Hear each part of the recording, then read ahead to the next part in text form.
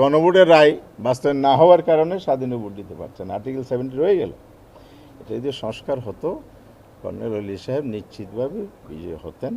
পরশু দিনে আমরা দলীয়ভাবে যে সিদ্ধান্ত নিলাম, আমরা ইলেকশনে অংশগ্রহণ করব। এখন এখানে জয় পরাজয়টা বিষয় না, এখানে বিষয় হচ্ছে আমরা একটা ডেমোক্রেটিক প্রসেসকে সামনে নিয়ে আসছি।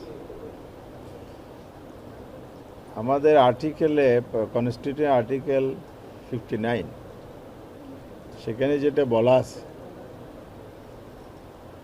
রাষ্ট্রের সর্বস্তরের রাষ্ট্র পরিচালনা ব্যবস্থার নির্বাচিত প্রতিনিধির মাধ্যমে পরিচালিত। এখানে যদিও প্রতিনিধি সেভাবে না, রাষ্ট্রের তো প্রধান ব্যক্তি, নাম্বার 1 পার্সন, পদ মর্যাদাপূর্ণ, রাষ্ট্রের অভিভাবকত্বের জায়গা হলো রাষ্ট্রপতির এই পদটি।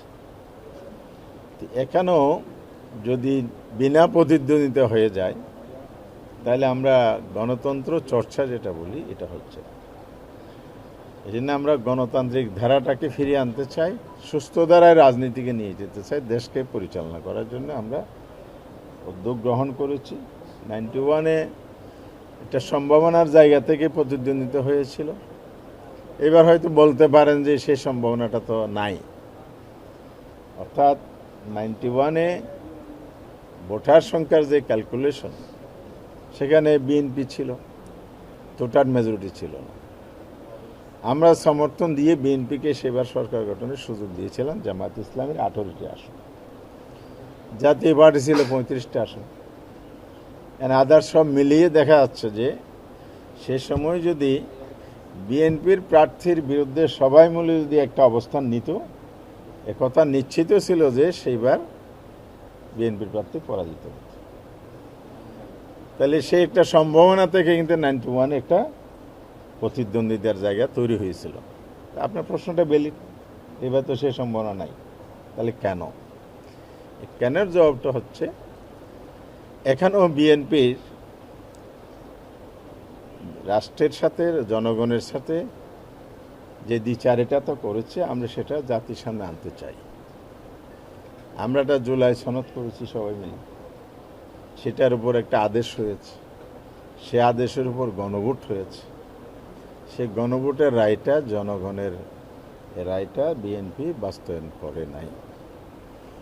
যদি আজকে রায় বাস্তবায়ন হতো, তাহলে আর্টিকেল 70টা সংস্কারের মধ্যে চলে আসতো।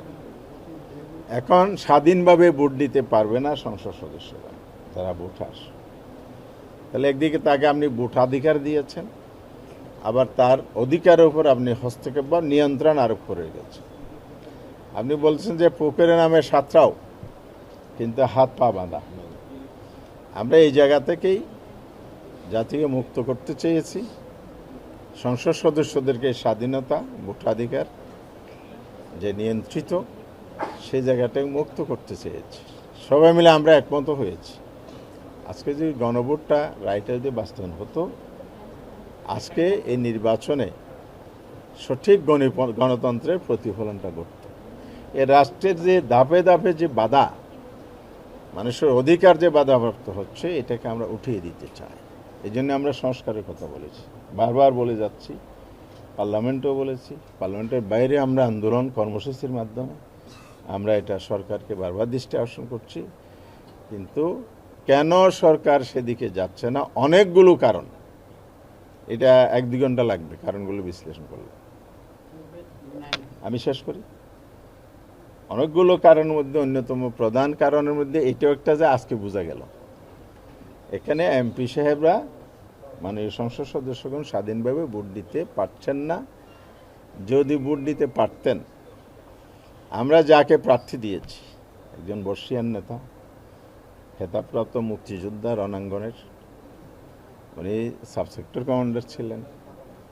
তিনি সে সময়ে স্বাধীনতার যে রিভলভ, প্রেসিডেন্ট জিয়াও বলেছেন, উনিও বলেছিলেন, সবাই মিলে বিদ্রোহ করেছিলেন 8ম ইস্ট বেঙ্গল রেজিমেন্টে, যেটার মধ্য দিয়ে স্বাধীনতা যুদ্ধের সূচনা ঘটেছে। তো এই ইতিহাসটা তো কেউ অস্বীকার করতে পারবে না।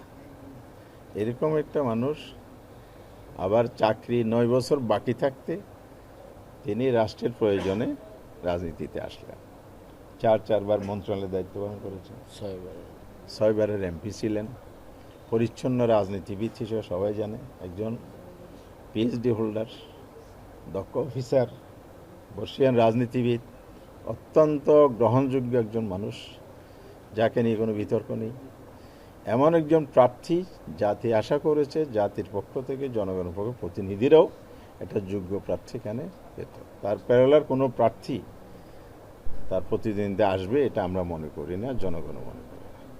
কিন্তু এই জায়গায় স্বাধীনভাবে ভোট দিতে না পারার কারণে, অর্থাৎ গণভোটের রায় বাস্তবায়ন না হওয়ার কারণে স্বাধীনে ভোট দিতে পারছে না, আর্টিকেল 70 রয়ে গেল। এটা যদি সংস্কার হতো, কর্নেল ওলি সাহেব নিশ্চিতভাবে বিজয়ী হতেন এবং সবার কাছে গ্রহণযোগ্য প্রার্থী হিসেবে তিনি আজকে নির্বাচিত হয়ে আসতেন। এই সম্ভাবনাটা সমুজ্জ্বল ছিল। দুর্ভাগ্য এটা জাতির জন্য। আমরা সেই জায়গাটা বিএনপির দ্বিচারিতার কারণে অথবা তাদের সংস্কারের ব্যাপারে পজিটিভ মানসিকতা না থাকার কারণে জাতি এখান থেকে বঞ্চিত হলো, একজন দক্ষ যোগ্য লোকের সার্ভিস থেকে রাষ্ট্র বঞ্চিত হলো।